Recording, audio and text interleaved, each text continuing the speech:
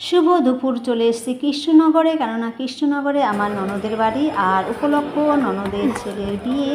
তো বিয়ে উপলক্ষে আমরা চলে এসেছি। হাই বন্ধুরা, হাই বলবা, কেমন আছো? আমরা দেখো কোথায় রয়েছি।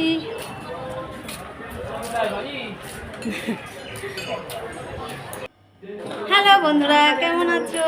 আজ চলে এসেছি ননদের বাড়িতে। ওই দেখো আমার ভাগ্নি, আমার শাশুড়ি মা, বর আর আমরা সবাই চলে এসেছি। এই দেখো, আর আজকের বধূ, এই বধূ একটু তাকাও, নতুন বৌমা। এই দেখো আমাদের ভাগ্নে বউ। এই ননদ এদিকে আসে, ননদ ঘোরো। হাই, আমার এই ননদের ছেলের বিয়ে আজকে। তো দেখো সবাই চলে এসছে। আর যেহেতু বিয়ে বাড়ি, এখানে অনেক লোক।